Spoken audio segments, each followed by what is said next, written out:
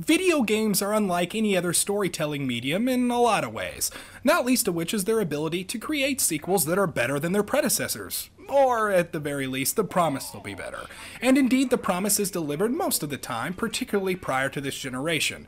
The promise of a sequel is a promise of more of the same, just better. And with a trending lack of emphasis on creating good narratives, a better sequel is more easily deliverable.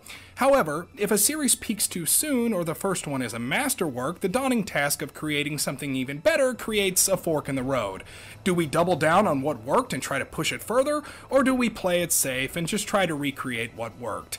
Gearbox played to win. Naughty Dog played to win. CD Projekt Red played to win. Bethesda played not to lose, and the sequel we got was Fallout 4. I can wait all day. Open up. I suppose I should start by addressing the ever-present elephant in the room when it comes to Bethesda games.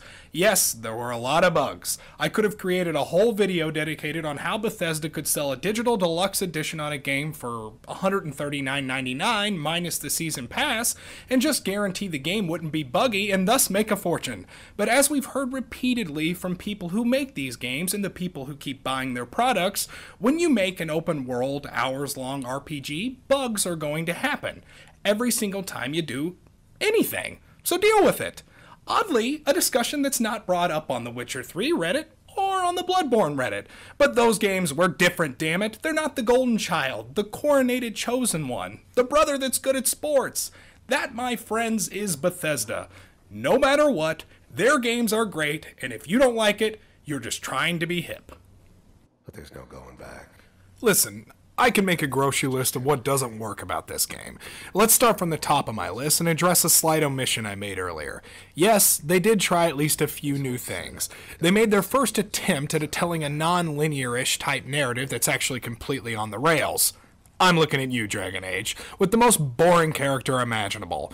In Fallout 1, 2, or New Vegas, you were a blank slate, free to experience the Wasteland as you see fit. Kill the village? Fine. Save the village? Also fine. Run the village? Well, that's fine too. There was no moral anchor, no calling to something more important that held you back from enjoying everything the game had to offer.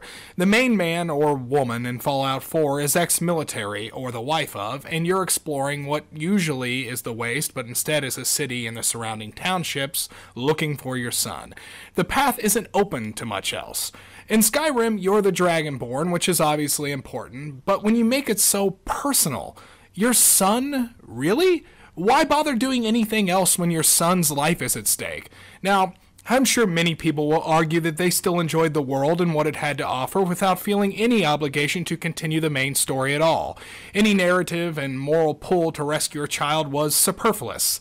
Well, to you I say, if that's the case, then you just made my point. The story is a disaster. Next time I have to watch someone's life story, I want popcorn. And here comes the big late game spoiler that I'm sure you're not going to care about. The villain of the game ends up being your son. And the most amazing part is they call him Father. Father. Oh, the dramatic irony. Honestly, really, I applaud their attempt for a story, but if they wanted to make an open world family driven drama, they probably should have brushed up on their Red Dead Redemption. Other than that, the game completely doubles down on everything that made Fallout 3 boring and didn't make New Vegas better. Run to point A to shoot at something. On the way, get shot at by people at point B. Once shootout is over at point B, you may get distracted and proceed to point C to shoot at something instead of going to point A to shoot at what you were supposed to shoot at. Throw that into a 20-hour blender with the chance of you heading to C 30 more times, and sprinkle in a semi-ish town builder that no one asked for that's implemented poorly but is surprisingly more fun than the rest of the game, and bingo! We created an 80-hour RPG. Phew, that's how it's done, folks. Of course, it's been done before, and been done way better. I never thought I would be saying this, but Fallout 4 has more in common with subsequent Borderlands games than Fallout ones. Think about it. Less focused, but still story-driven action RPG. The quest takes you to a place where you shoot, kill, loot, and level, and Fallout 4 even added those legendary soldiers that drop greater loot. Sounds familiar, right? Fallout should try being more like this. It's what got them here in the first place, and what made New Vegas the crowning achievement post-Fallout 2. Let's face it, Fallout 4 is for the masses. It's specifically designed to appeal to the broadest audience possible. It's dubbed down on the hardcore RPG elements that the series used to be known for in favor of something more arcade-like. I mean, come on, legendary soldiers that just happen to take more bullets, giving you power armor at the beginning of the game, and I, like most of you, saw my first Deathclaw about 30 minutes in.